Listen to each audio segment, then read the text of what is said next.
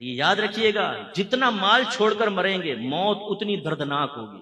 آپ کی land Cruiser ادھر، جوتے، موزے، کپڑے، بڑا محل، جتنا آدمی مال چھوڑ کے مرتا ہے اتنی تکلیف زیادہ. آپ کے پاس 40,000 کا موبائل ہے، کوئی سنیچ کر کے لے جائے تو دکھ ہوگا نا، لیکن 1 لاکھ کا ہو تو، اور اگر 5 لاکھ کا بریف کیس چھین کر بھاگ جائے تو، اور اگر آپ کی دکان میں 2 کروڑ کی ڈکیتی کر کے چلے جائیں تو، جتنا زیادہ مال چھنتا ہے اتنی اذیت اور تکلیف زیادہ ہوتی ہے، جو ابھی ہمیں نہیں پتہ چل رہی ہے، موت کے وقت ہوگی. لیکن ہم اس مال کے لیے جس کو ہم چھوڑ کر جائیں گے تو اولاد بعض اوقات نافرمانی میں خرچ کر کے ہمارے لیے گناہ جاریہ کرتے رہے گی، وہ تربیت تو ہوتی نہیں، اور چھوڑ کر ہی جانا ہے. اس کے لیے چاہے جھوٹ بولنا پڑے، فراڈ کرنا پڑے، وراثتیں دبانی پڑے، رشوتیں لینی پڑے، دھوکہ دینا پڑے، حتیٰ کہ قتل تک کروانا پڑے. مروا دیتے ہیں لوگوں کو پیسے کے لیے، لیکن یہ مال حاصل ہو جائے. جیسی موت کا جھٹکا آئے گا، گئے حضرت. سیٹھ جی کو فکر تھی 1-1 کے 10-10 کیجئے، موت آ پہنچی کہ صاحب جان واپس کیجئے. بنی اسرائیل کے ایک بہت سیٹ آدمی تھا، اس نے بڑا محل بنایا، بڑا مال جمع کیا، تخت کے اوپر پاؤں رکھ کر سوچنے لگا کہ اب تو میری 7 نسلیں بھی بیٹھ کے کھاتی رہے تو کمانے کی ضرورت، اتنا مال جمع کر لیا. اچانک محل کا دروازہ بجا. اس نے خادم سے کہا جا کر دیکھو کون جاہلانہ طریقے سے بجا رہا ہے.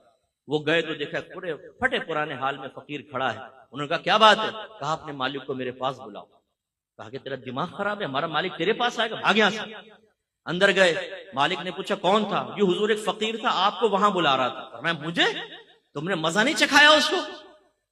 پھر دروازہ زور سے بجا. خادم بھاگ کر گئے، کہنے لگے بھائی تو کیوں نوکری سے نکلوائے گا ہمیں؟ کیا چاہتا ہے؟ اس نے کہا اپنے مالک سے کہو میں ملک الموت علیہ السلام ہوں، اس کی روح قبض کرنے کے لیے آئے. وہ خادم کانپ گئے اندر.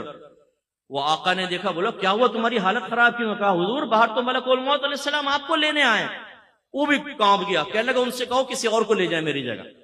ملک الموت علیہ السلام اندر تشریف لائے. فرمایا جب موت کا وقت آتا ہے پھر ٹلتا نہیں ہے، لیکن مجھے اللہ نے حکم دیا ہے کہ مجھے تھوڑی سی تجھے میں مہلت دے دوں، تو جو کرنا چاہتا ہے کر لے. اس نے کہا اچھا. سارا مال جمع کیا اور کہا اے مال تجھ پہ خدا کی لعنت ہو جائے، تو نے مجھے غافل رکھا اور تیری مشغولیت میں اپنے اللہ کو راضی نہ کر سکا، تجھ پہ لعنت ہو جائے. اس مال کو اللہ نے بولنے کی طاقت عطا فرمائی. اس مال نے کہا لعنت مجھے نہ کر، اپنے آپ کو لعنت کر.